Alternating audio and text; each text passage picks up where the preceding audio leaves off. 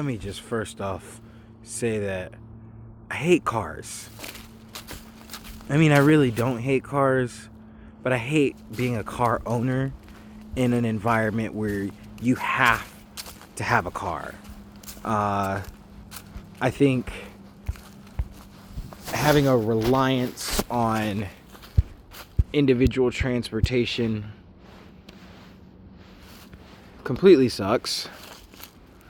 For many reasons. One, it's just bad for the environment, and we could end the whole discussion there. But two, they're extremely expensive. They're not as durable and long lasting as we think. Like, even the concept of like depreciation as soon as you drive the car off the lot is a thing, shows you that like, yo, these are really bad. And I'm beginning this little entry because I've been having car issues. Of course, I feel like every time I come back from a vacation and a voyage, my car just decides, hey, what better way to welcome you back than me fucking up? Excuse my language, but yeah, that's what I'm going through. But the good thing is being able to have a replacement and a spare. Shout out to my family and my sister's vehicle for being such a dependable whip no matter what. It's really nice that when the plan A kind of falls apart, that you can have options for flexibility with plan B. And I think that's a really important thing to think about in today's world where, you know, like we often feel as though the plan that we have set for us is the only plan that's possible, that we can't deviate from the set routine, and if we do, it's like a failure. We have such black and white thinking sometimes when it comes to our approaches to risks and chances and opportunities. It's either success or failure. And in some cases, those are the only two results. But more often than not, especially in the game of life, there are so many more options that it could be. I'm reflecting on coming back from Puerto Rico, where I had an amazing, essentially 10-day rest and relaxation adventure. It was so much fun, and on the trip, I think it was really important for us to decide, okay, like, we can have a couple of set intended plans, and it's also good for us to not have anything to do, or to be able to switch and adapt plans as needed and feel okay with saying like, hey, maybe we don't have to do that today, or maybe we don't have to do that at all if this feels better. The perfect example I'm thinking of is New Year's Eve. You know, we in America, and all those who ascribe to the Gregorian calendar, sometimes make a big deal out of the end of the cycle. And it is a big deal. But American culture can really consist of, like, you know, getting very dressed up and having to like spend a lot of money and wear like flashy outfits and get wasted and all these other things. And sometimes that's the energy that you want to bring the world your year in with. But however, me and my lovely lady Fred, who I went to Puerto Rico with, it was New Year's Eve and we had just gotten back from the beach, and we were trying to figure out like, okay, well, what do we do? Like, it's New Year's Eve. There's a couple of things that we could do, but we also had an idea of what we didn't want to do. And I think as we started to listen more and more to what we didn't want to do, and also to think about, wow, we don't really have a strong enough plan to what we would want to do, what if instead we choose another option? What if we go with a plan B or a plan C and decide instead, like, let's just do what feels right for us. I think it's important to be able to, again, make those distinct decisions when you recognize that, hey, it might be too hard to do the initial thing thought out, or hey, maybe I don't have the energy to do what we initially set out to do, or I'm trying to save some money and it costs $100 just to get in the door. I don't know if I want to do that. And we did it. We sure did it. We ended up having a great time at the Airbnb, and it was so much better than what we had initially thought about. And you know, as I think back to this concept of plan A versus plan B versus plan Z, whatever, I have a lot of my current adulthood to thank for having the ability to choose the alternative.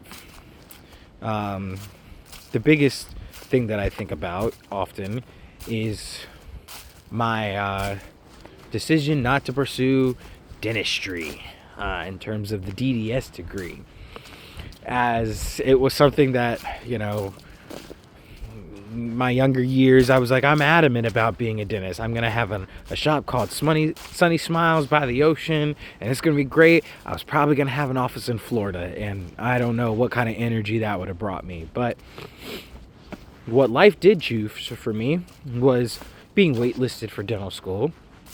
And I thought about it, and my alternative decision was to say, hey, maybe I don't go to dental school, but maybe instead I get my dental hygiene degree and I begin a career as an artist. And I had no idea what my career as an artist was going to look like, but I knew that what I was doing in the present was art. What I had not been doing was shadowing in dental offices.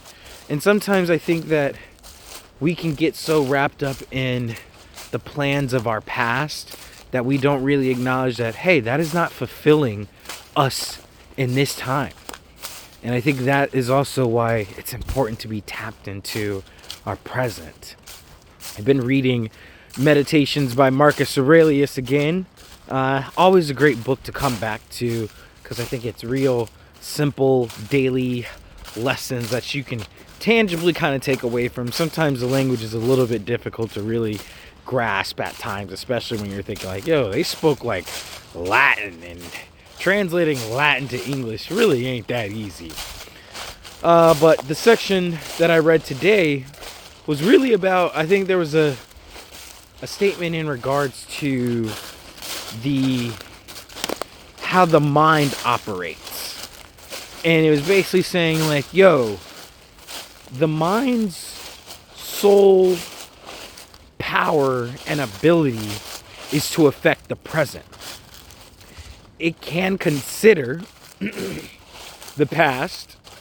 It can also consider the future.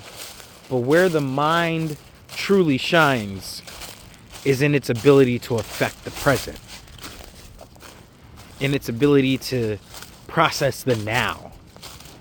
And I just kind of, once again, was really thinking about like, well, what does it mean to be present and in the now? Is that a baby turtle shell? There's a baby turtle shell. Look at that. That's adorable. I'm definitely gonna grasp this. The present. And again, like, sometimes we hold on and give the past too much energy. Sometimes we put too much investment and emphasis in the future and don't get a chance to really just experience the now. And the now is what really defines all that we are and all that we do and all that we're up to. So sometimes the plan from the past just ain't it.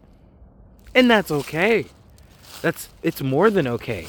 It's great to be able to even acknowledge that, like, yo, once upon a time, I did have a plan. And it was beautiful for me to have this plan, because guess what?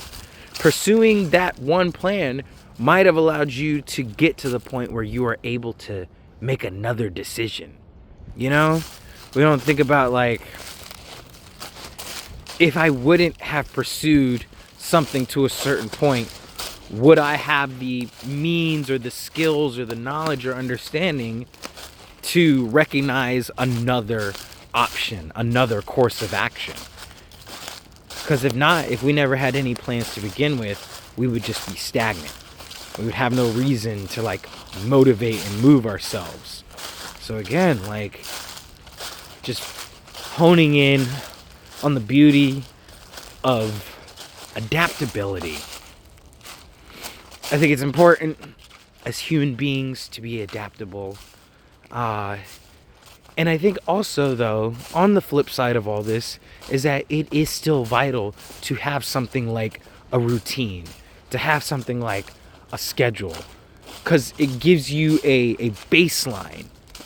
And it's easier to, I think, to tarry from a baseline than it is to just wander ceaselessly without having a single direction. I tell my patients this when it comes to flossing, because everybody struggles with flossing.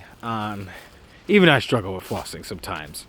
But I tell patients that the most important thing is establishing the routine for yourself. Because if you have a routine, it gives you the option to have something that you can deviate from. When we think about scientific experiments, they use a control sample. And the control sample is the thing that is standard. It's the thing that doesn't change. And then you start to change the variables according to whatever you need for it. And that right there is the thing, is that the routine should be your control. And then the adaptability is you shifting a variable, you changing one thing, you changing three things, and then being able to get different results. And sometimes you need different results, and sometimes you need the same results. I think in this period of life right now, this quarter from January to March in the winter season, is I really set it upon myself to have a more consistent routine. This is the time of the year that I can say, hey, look, let's build the control. Let's figure out what the standard is for 2025, so that when it gets warmer, so that when time starts to go on, so that when I get bored of doing the exact same thing, I have room to adapt. I have room to do something different, to alter variables, and then whenever I want to, I can always come back to what I've established for myself. It is not easy, you know, definitely you can throw the words out there, but the actions behind it are going to really be the determining factor.